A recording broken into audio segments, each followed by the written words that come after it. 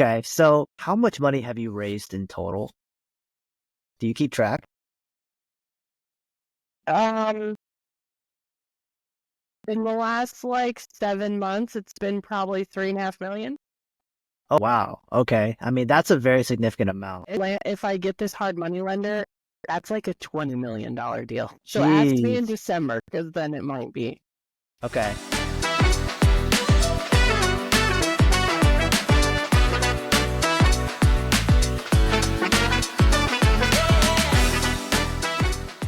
Yo, what's going on, guys? Welcome back to the Mission to Wealth podcast. I'm Tim Yu, your host, and I'm super excited for today's episode because I have my friend Jill Jensen on the line. This girl is an absolute queen. She's bought mobile home parks and she's also raised millions of dollars of capital this year. Okay, so if you need money, this is the person to talk to. So without further ado, let's freaking get into it. Jill, what's going on? Hey, Tim. Thanks for having me. And yes, I am about finding the capital and funding people's deals. Amazing. So kind of introduce yourself. What are you working on now? What are you like? What's new in Jill's world? What's new is my biggest focus is what's in highest demand. I was like, I know I'll have a business that stays afloat if I find an area that everybody needs. And everybody has deals, but not everybody has capital or money. And how I got into it was solving my own problem. I had a problem of having a lot of liquid cash and I didn't know what to do with it. And I was like, I just need this money making me money. And so I picked real estate. And then once I figured out the whole private money lending game with my own funds, then I decided to solve the same problem for other people. I was like, if I can solve the rich person's problem, they'll pay me. And rich people have cash and they don't like taxes. So once Okay. again, I was like, okay, we're staying in real estate. And instead of teaching people how to go be a private money lender, I just connect with them and I'm like, look, I'll just help you make your money, make you money. And then just connect with people like within our sub two community that have the deals. Dude, that is absolutely crazy. So there's a lot to unpack there. So like when you started real estate investing, did you start off as a lender? Yes. Okay. And kind of talk about what was your first money lending deal? My motto that Pace taught me, Pace Morby, he said, loan to own. And I say this every Let's single day. go. We love that. Don't lend on a deal if you're not willing to own the worst case scenario. So when I started going down this avenue of private money lending, I didn't want to, I'm going to be polite but blunt. Oh, no, go for it. You ready? I didn't want to lend to a poor person that needed my money. I was like, Because, where are the wealthy people doing this with their own funds? I want to learn from them and I want to partner with them before I go try to do this on my own. no, that makes a lot of sense because you want to learn from people that are doing tons of deals, finding the best deals. And if you know, network or learn from someone that's not doing well, you're not going to learn how to do it right. So I 100% 100%. agree with you. Okay. So loan to own. All right. So you did your first deal. Did it go bad or something? So people are like, Joe, you should not say this on air. Okay. But I do anyways. And I'm like, knock on wood, I haven't lost any money lending. Well, okay. The queen right there. I like that. I had this Zoom with Pace early on and he taught me all these different things and I've just applied them on all my deals. And like I said, if you're not willing to own the worst case scenario, don't do the deal. So how have I overcome that? Because I don't know how to underwrite and I hardly know how to vet a deal. Same here. How have I not lost any money if I don't know how to do that? Collateral. I've held collateral on my deals that have been worth more than my loan. Mm-hmm. So let's take like a fix and flip. If they're fix and flip flops, they have to have a different cash flowing property that I basically hold the title and deed to and I just acquire if they don't meet the requirements in our paperwork. So I'm like, 100%. okay, you lose, I actually win bigger, so don't mess up. Have you ever had to exercise that option to take the property back? That is a really good question. So when I first got started, I had, and I still work with him sometimes, a middleman. And what he did was people would bring him deals and he would raise the capital. He would come to me, but he did all of the paperwork, all the negotiating, all of the underwriting. And then when a deal is past that marker, he's the one that's either acquiring the property or like we're in a position right now on a deal that he's late.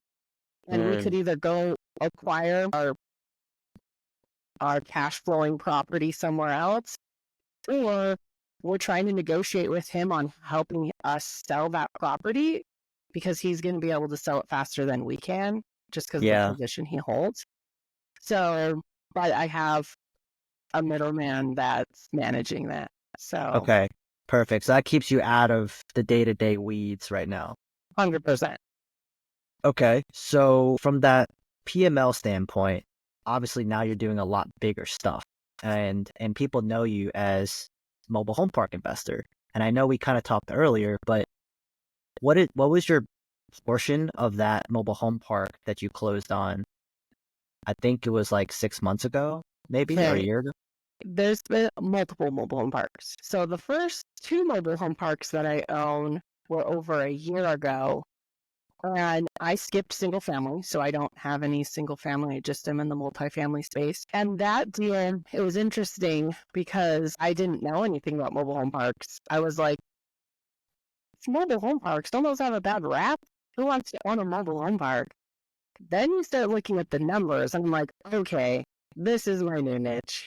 And this first two parks, it was the same owner, and he hadn't raised rents in 50 years. So you got that massive value add opportunity. 100%. He was charging $60 Oh, in rent. wow. And then what did you adjust it to? So the comps were 300. So the first 30 days we raised it to 150, and then within 6 months we raised it to 250. So from $60 to 250. We purchased these parks with cash. Within 10 months we were able to refinance and all of us get our capital back. And now Yeah. we're just equity partners and it just cash flows every month. So I got a check yesterday and I have all my capital back now in a different deal. Okay. So I just want to like break it down because I know there's some new people that listen to this show. Okay. And what she's trying to say is, so her and her partners or investors bought this park with cash. And since they raised the rents over a course of time, if you guys don't understand, the commercial side of real estate is the value of the property or asset literally changes if you make more money on it. Okay. So basically they're making so much more money. Their asset is worth X amount of more dollars. So they went to the bank or an institution and they did a cash out refinance, right? They're borrowing a long-term debt and then they use that debt to pay off all the investors. So now they just own this asset with all their cash back. Okay. Now it's just invested somewhere else. Yeah, absolutely crazy. Okay. So I know I don't want to like squirrel into like the mobile home parks, but like what do you like about mobile home parks versus the RV parks? Because everyone is talking about RV parks right now. Everybody loves RV parks. There are pros and cons. I personally think the mobile home park space outweighs the RV, but I might just be biased. So I also worked with a fund and I raised a couple $1,000,000 on the last mobile home park they purchased. And what we did with that park is we sold all of the homes. We don't want to own any of the homes. And what we collect is rent on the pad that the house is sitting on. So newbies, it's basically a glorified parking lot that people are parking their houses on our parking stalls. Why we want to sell the homes is there's less maintenance because they take care of their own toilets and termites, and the tenants stay longer because the average person that moves into a mobile home once they purchase it is 14 years. Wow. Compared to renters in an apartment complex, average person stays 2.5. So your retention's high. There's low turnover, high demand for affordable housing, and low maintenance because we just need to take care of the land. So the key is coming into these properties that you can do, like you said, a value add. Is the rent low and is there unoccupied spaces? Then it's pretty easy. Put in some tenants, raise the rents, and you got a high net worth Are cash you flowing looking, property. if you were to look for a mobile home park now, would you build more pads? Like, so for instance, like if there's, let's say rents are pretty good, their average market rent, occupancy is pretty good, but there's a lot of land that's unoccupied. Would you also consider that as like a major factor for like a value add? But I don't know how expensive it is to add pads. Not a major value add. We weren't necessarily ever trying to go in and create more spaces. It also depends on like how much work is it going to take to plumb it and set it up, and things you want to avoid is a well or a septic tank. If you can have city water and everybody has their own utilities, some of those things play a big factor because some of these parks were built in the 30s and 50s. And if you had a septic tank, Yeah, shiz hits the fan, literally, let's not. literally. Geez, that is nuts. Okay, so I know you said that you used to work on that fund, but now you're working on other things. What are you working on now?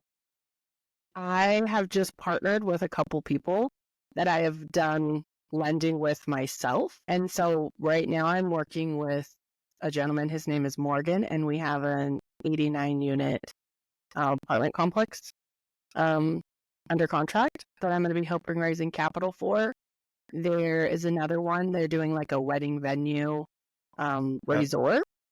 And so I'm getting a big hard money lender for them, a land development deal that is kind of in the works. And I still partner with my original partner in the mobile home park space. So my main focus is just solving people's problem by raising capital.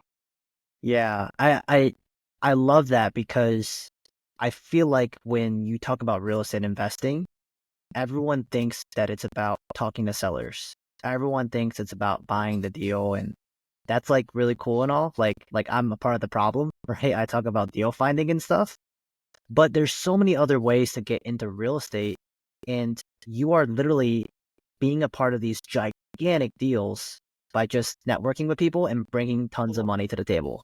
Do you want to hear something crazy, Tim? Yes, please. Let's I've go. only called one seller ever.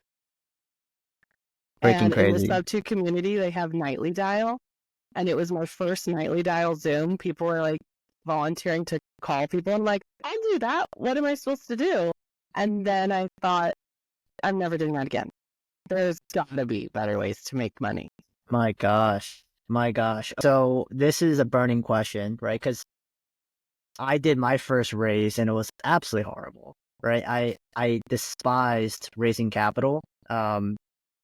When you are a newbie or a beginner, and let's say you have a great opportunity and you need to raise some capital, what's the first thing that you would do to kind of start the process? I'll tell you what I did. Most people are on the phone calling sellers and joining a real estate community like we're in. I was on the phone every single day with people inside the community. Hmm. And I said, what do you have in your business? What do you need? And what are your ultimate goals of what you're trying to accomplish? And I just like took note of what everybody was doing. And I realized so many people needed money. And I was like, if I can go solve one of the biggest problems in our community, I'll be in high demand. 100%. And so then from there, every person I talked to, I was not afraid to be like, so how much money do you have? How much money? I need to know. So then if I have a deal, and I kept track of that in my phone, next to their name, I put a money bag with 50 grand to 500,000 or whatever. You know, it's really funny. I was talking to somebody the other day and I showed them how I organized my phone, right? And somebody asked me, what's that money bag symbol? And I told them the story about you because I ran into you at Squad Up Summit. Yeah. And And if you got private money lenders, you put 1, 2, 3 money bags. And that's how I literally keep track of my lenders. Now you need money, you just go to the search engine, No. type in the money bag, and everybody comes up. You don't have a CRM yet? Hey, Hey, here's your label it with phone. the money bags, 100%. It's the money bags. I know, right? So you just, instead of calling sellers, you were just crushing the community, just calling, building relationships, right? Yeah. What's the biggest, I think for me personally, like, do you see all these investors that are just like cold DMing, sending those weird emails saying like, hey, I got a lending opportunity. For you, you're just like, no, right? Yeah. So advice I give people, if you remember when I was like, I don't lend to poor people that need my money. Yes. Sometimes people are like, you'll only lend if I have collateral. What if I don't have collateral? And I Sorry. say, you need to go find the partners that do. And I give the 100%. analogy of a surgeon. And I'm like, look, surgeons go to school for a long time, then they go to residency, and then the other surgeon is watching them, and they haven't made money for 10 years. So you just got into real estate 6 months ago, go find the experts, raise capital for them just to like hold on to their coattail and learn from them until you can branch off and do it yourself. Yeah, I think that's a very good point that you brought up of working for like a more senior seasoned investor and raising money for them, because obviously if you're doing the labor, they want you to raise the money, 100%. so they're gonna teach you, right? No one's gonna teach you for free. Like I think that's the biggest thing is like, hey, how do you raise capital? And it's like, bro, you need to like get on the phones. Yeah. Simple as that. Yeah. And some people are scared to raise capital. And I'm like, you're just solving people's problems by making them money. You're not selling anything. You're not getting anything. But the thing is, like, those cold calls, those cold emails, they are selling you something, Oh, totally. right? They're not asking me, hey, Jill, what's your buy box? Like what are you looking for? What type Yeah. of deal are you looking for, right? And if you tell them like, oh, I want to do equity deals, and they send you this gap loan, you're like, dude, you're not even listening to me, Totally. Totally. So so let's say you weren't in a community like we are, right? We're obviously in one of the best communities probably in the real estate world. Where would you go if you're a person that's not in the community, other than joining the community? Well, it took me a minute to even find the community. It was literally like throwing spaghetti on the wall. I was sneaking into the local university because they had a really good entrepreneur class. What? And my niece was like, this is like a really prestigious school. And my niece was like, they're teaching like real estate investing. And I was like, I just got to meet the teacher. I just need to be connected with whoever's teaching the class. Mm-hmm. So I was sneaking into this class for like 3 weeks and connected with a gentleman that was there. But the problem was they were only teaching how to go get a loan from a bank. And I only had one do-two job, and that was in high school. And I was like, banks aren't going to lend to me. I could buy one with cash, but that's not smart. So I joined a different group, community, because you don't know what you don't know. Correct. And that was the community that was that they were like, we could maybe get you a property within like a year because you don't have like the logistics of being able to get a loan. Oh, That's all they knew. you're not bankable. Like that's what they're telling you. And I was like, dude, I have more cash than you. Like, what do you mean? There's got to be a Holy way. cow.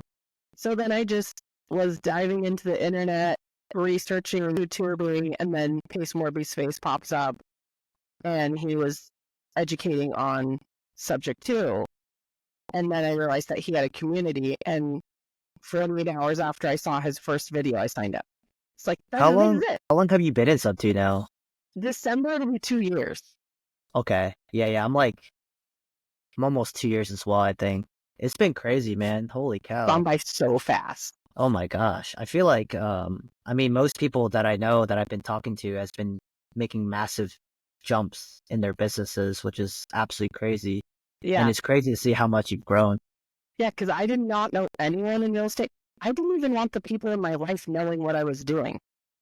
Same I here. wasn't posting anything on social media. I was like, until I get this thing working, then I'll tell my friends and family what I do. Yeah. No, I hear you. I did not want to post anything either. I was like, I don't want everyone to know that I do real estate. Like, what if I like just bomb Yeah. out, right? Okay. So how much money have you raised in total? Do you keep track? In the last like 7 months, it's been probably 3.5 million. Oh, wow. Okay. I mean, that's a very significant amount. If I get this hard money lender, that's like a $20 million deal. So ask me in Jeez. December, because then it might be. Okay. No, I gotcha. And then for your multi-million dollar raises, are you doing funds or are you like just connecting the funds into the deal? Like what are That's you a great how question. are you So structuring this it? can get tricky. If you want to be a connector or you raise capital, there are strict laws around how you raise capital. So when I was raising a lot of money, it was for a fund. I still raised quite a bit of money. Like I have a couple deals that are like $1 million that I'm helping raise. I'm just acquiring equity on the deal. I'm like, look, I'll help raise the capital. I just want part of the equity. It doesn't have to be a large amount, but that's how it's going to compound wealth over a long period of time. If I can do a lot of deals and get a little piece of the pie so I have money coming in every single month, then I'm legally a partner, not just a connector. Yeah. Okay. So how many deals do you have where you brought cash and you got equity for it? You Oh, don't I have to don't tell me. know. Yeah, you don't have to tell me if it's I would weird. have to go look. Okay. So quite a few. Maybe 6 or 7. Okay. So that's This is incredible. kind of a newer model. Before I was just connecting people. It's molding into like figuring out, okay, this is how I want to. Then they don't have to come up with a big amount of money they owe me up front, or like when they sell the property in 12 to 18 months, that's Yeah. when I want to get paid. Because if I can prolong it, they'll give me a bigger number. Yeah, it makes sense because the value is going to go up, and when they sell it, you get your share. Mm-hmm. Um, but yeah, what's crazy is what I want people to understand is like you're literally gaining ownership of these assets just by like bringing the money. Totally. You're not doing the acquisitions. You're not doing the legal stuff where the SEC attorney. You're not talking to any of these people. I've never seen the properties. I own a handful of pad splits. You're just getting that K1 statement at the end of the year. And I get to do cool stuff like this and talk to you. Yeah, it's absolutely crazy to me. You know, for me, like obviously we love the deal hunting, and it's like sometimes I talk to like people like you and just other people that I know, and it's like, what am I doing in my life? I should just start raising capital. You should. It's like the Yeah, best area. it's crazy. Okay, so and then have you ever dealt with in terms of have you ever built your own fund from the ground up, or you just worked with somebody with the fund? So that costs a lot of time and a lot of money. And I think in due time, I will have my own fund, especially for the rate that I am raising capital. Legally, it's going to be the best route for me to go because I'm going to take people outside of investing. I was a single mom. I got divorced. I had a bunch of money. I'm going to go find more women that get divorced with a bunch of money and be like, look, don't Oh, blow it.